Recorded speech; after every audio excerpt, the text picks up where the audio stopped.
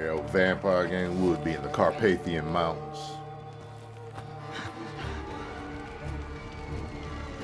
Must be here somewhere. They was known for vampires back then. That's all they had over in that part of the world.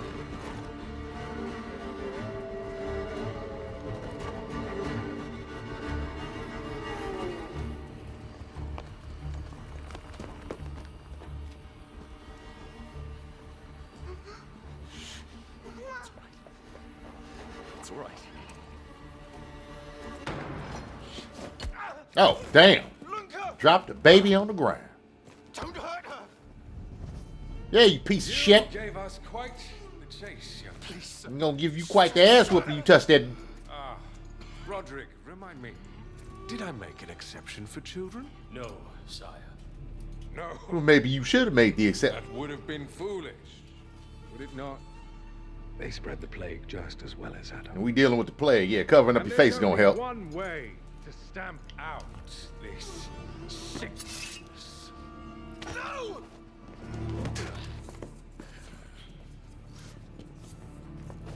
Not just a runner, but a fighter too.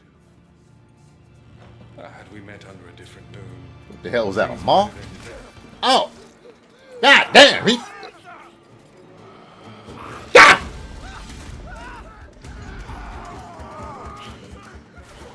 One minute your leg is there, next thing you know, it's lopped off. Who the... He throwing punt... Was that Genghis? That was... I think that was Genghis fucking Khan. Ow! Yeah, he fat. He not go. Okay. He got. What the hell was that? These vampires, right? That didn't look like no damn vampire. That looked like a. Lunka. I don't know. It was like a combination between the plague doctor and a ninja. Oh, Nosferatu. They always got bald heads. How come Carpathian vampires can't keep they? I guess Dracula the only one to keep that dude. Please. Look, dude, if you gonna kill me, kill me. Don't come over here with them talons caressing my face. I don't want no part of that. I just go ahead and slice my throat. We don't need that over here. Oh, her sores are curing up. I mean, vampire blood. I guess I understand that. I am life. I would be scared with him leaning over my shoulder like I would be thinking he was gonna bite my neck right there. Everything in between. Okay. I have been watching your little valley. Pestilence, famine, killing, blood spilt carelessly like water. Ain't no fun when the rabbit got the gun. Things will be different now. Ow! God damn! For all of you. He standing on business. World needs what it fears. Okay. Very okay. He a vampire too? He must be to be sliding down a wall like that. Look like vintage Assassin's Creed.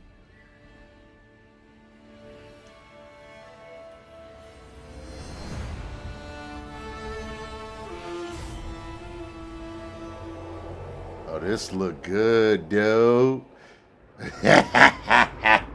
This look good. Gameplay reveal summer 2025. Oh, kiss my ass. Hold on. Okay. This is an article from Forbes. Blood of the DawnWalker. Trailer shows off new medieval vampire themed RPG. Okay, RPG. How do they know? Have they released any information about it? I'm gonna have to do some more searching. RPG from ex Witcher devs. I'm sorry, Rebel Wolves. All right, get this shit out of here. The first trailer for the highly anticipated RPG, The Blood of Dawnwalker, just dropped, and it's pretty great. That shit was fan-fucking-tastic. Pretty great, my ass. The new game is being developed by Rebel Wolves, studio founded by ex-Witcher devs, including Conrad. told my I didn't mean no disrespect, Conrad, but I can't pronounce your last name, so I wasn't about to butcher it. My bad, brother. The story takes place in an alternate 14th century Europe, the kingdom called Vale Sangora, tucked away somewhere in the Carpathian Mountains. War has ravaged the land. War has always ravaged the land every time they tell these stories. And the Black Death has overrun the population. The Black Death generally overruns the population every time they tell these stories, but I'm not hating. When the game begins, feudal lords have been overthrown by a cabal of newly emboldened vampires. Players take on the role of Cohen, a DawnWalker. I think they mean DawnWalker. A DawnWalker. Gotta avoid those lawsuits at any cost.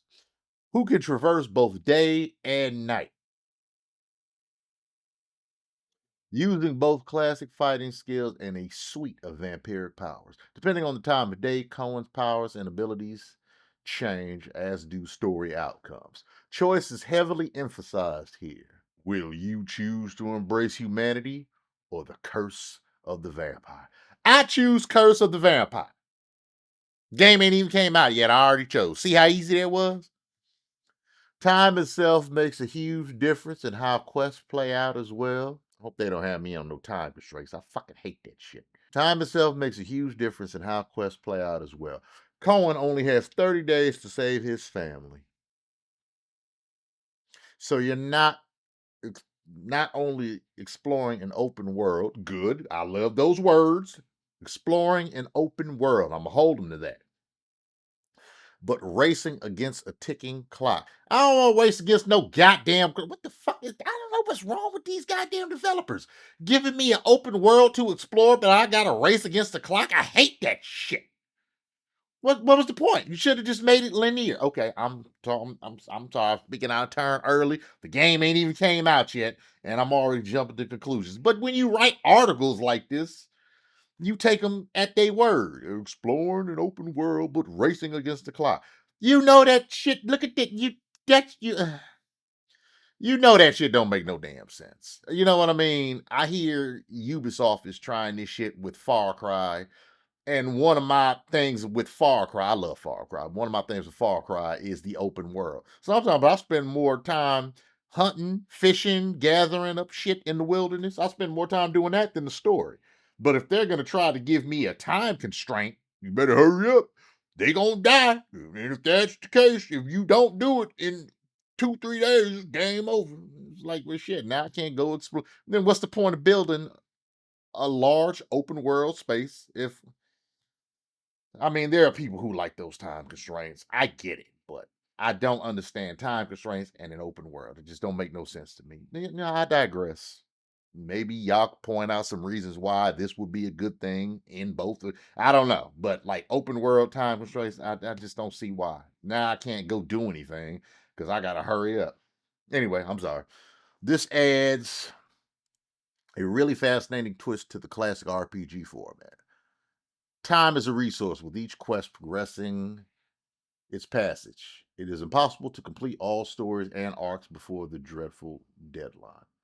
I'm going to read that again. It is impossible to complete all stories and arcs before the dreadful deadline. Wow. I don't like the sound of that. Making each playthrough unique. God damn. An open world with other stuff going on, but I'm not going to complete all the other stuff and all the other arcs because I'm gonna either put my time into that or I'm gonna put my time into the deadline. They're kind of, if this article is on point, it sounds like they're trying to force your hand into that extreme decision making. Some people like it. It's not a bad thing, but for people like myself, it's not a good thing either. I want them to still make the game, but ugh. That's really going, when I hear stuff like that, I'm just like, ugh. Okay, so I'm still gonna want the game, but I'm probably gonna wait for it to come down in price.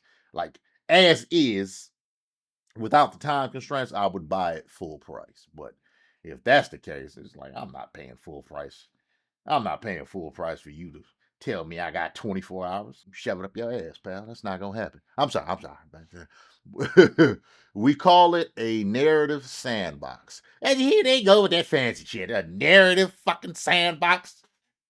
Get your pussy ass out. I'm sorry. I'll keep going. We call it a narrative sandbox. I'm gonna take an attempt. Tomaskowicz. If I mispronounce that, I apologize. Game director and co-founder of Rebel Wolves said in the press release. Another interesting design choice in the game is the blurry line between main and side quests.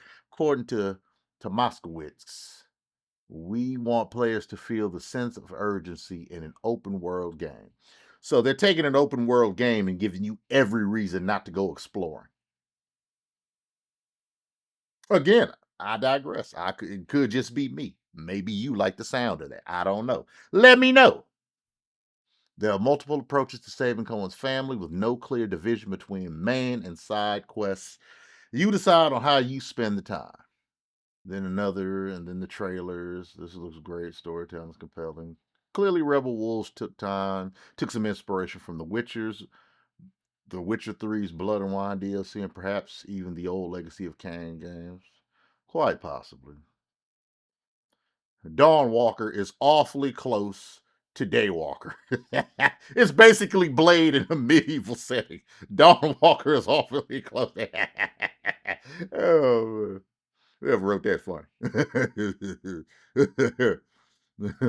Okay, that's basically it. All right. Well, you know what? I like the trailer. I did. I like the trailer. They got me with the trailer. I'm not bullshitting.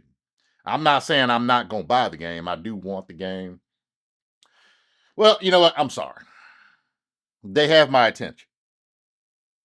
They said they're going to release gameplay footage in summer 2025. Okay, so I got to wait till summertime to get gameplay footage. All right, no problem. I can wait. I ain't got no choice. Yeah, looks good. Looks good so far. The opening, that was a little bit of in-game footage, just a little bit, not enough to make a decision, but they have my attention. If it keeps going in the direction I think it's going, then I'm for sure going to buy it. But if there's going to be time constraints on it where I can't go explore the open world, that's fine. It's their game. They can build it how they want. But that's going to determine whether I pay, day one prices or not. I don't know. We'll see. All right. Appreciate you joining me.